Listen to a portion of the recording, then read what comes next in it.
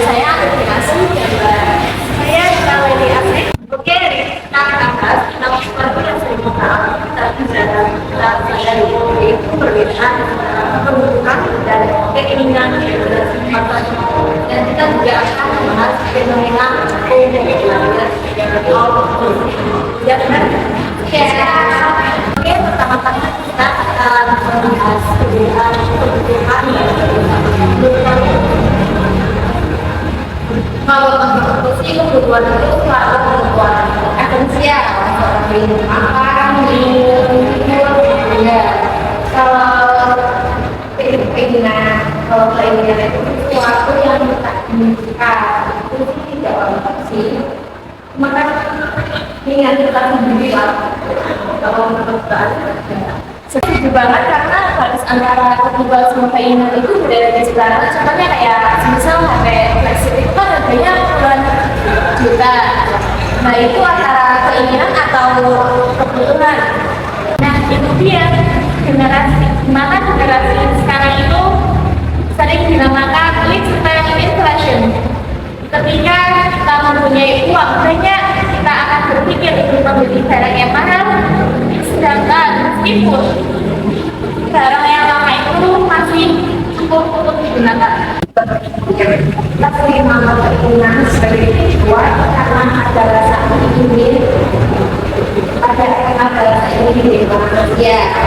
Kayak kalau kita punya barang tertentu, kita tahu tidak ada orang tidak punya keinginan.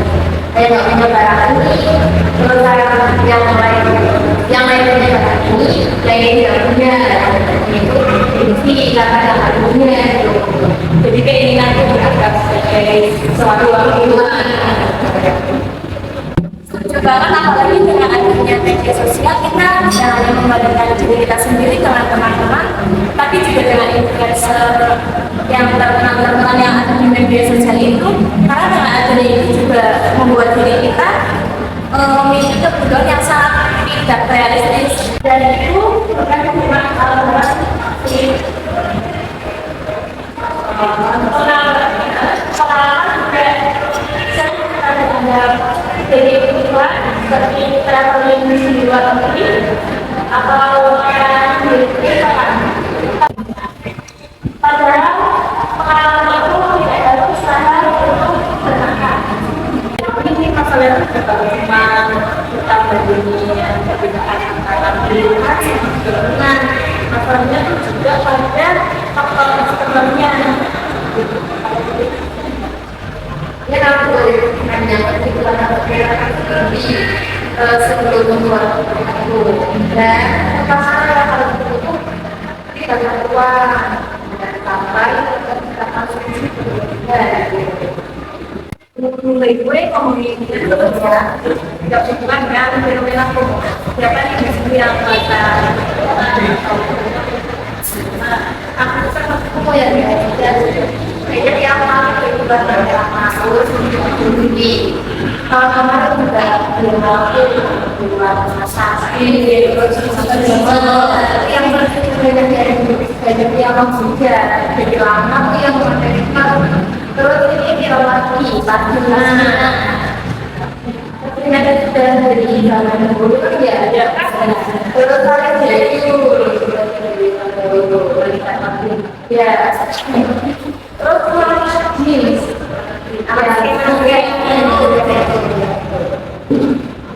tapi kan kalau aku sih ketika lihat sebagai pengalaman ya di depot itu terus tapi kalau ini saya sedikit seperti dia bilang sama saya dengan pemerintah itu kayak masyarakat kerja ketika balik sama masyarakat yang kemarin itu di mana itu adalah satu mata oh gratis ya kita nggak ya yang kita itu yang lebih apa kan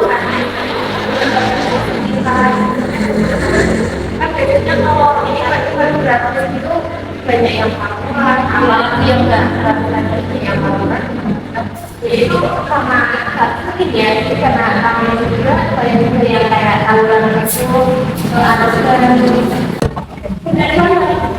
Ya kita harus membangun DPR itu kita akan pernah kita tidak pernah yang apa yang sudah kita beli dan terasa kebutuhan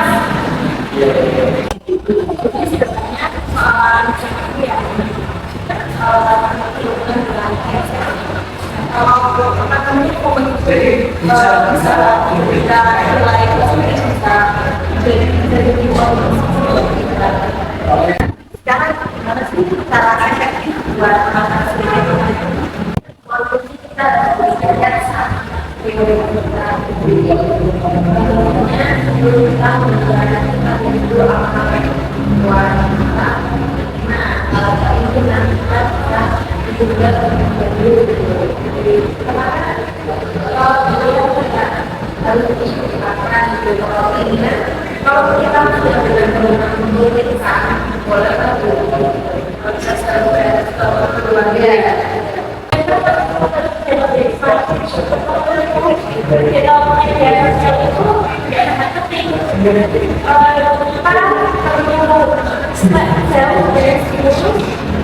orang-orang yang membuat tanya dan selalu kita lolos dari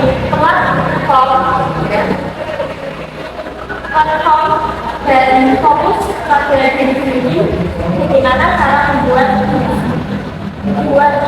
itu jadi dengan cara yang sendiri. Nah kalau aku sih kan belajar jadi kita harus melihat juga apakah itu jadi penting.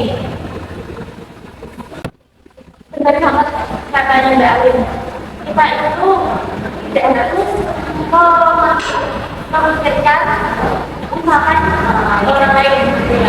Kadang fomo itu keluar muncul itu karena kita tidak itu dia subjek orangnya. Wah, khususnya gara-gara kita dan berusaha terlalu sama kawan-kawan yang benar gak sih? Benar, terus sama mereka. Wah, saya sama itu kita belajar. Nah, intinya kita bisa membedakan biarkan media sosial itu mengatur kita. Fokus saja sama apa yang bikin kita bahagia dan juga apa yang sudah kita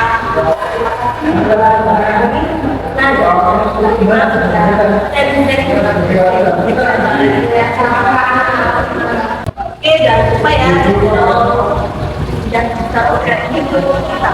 Bye bye.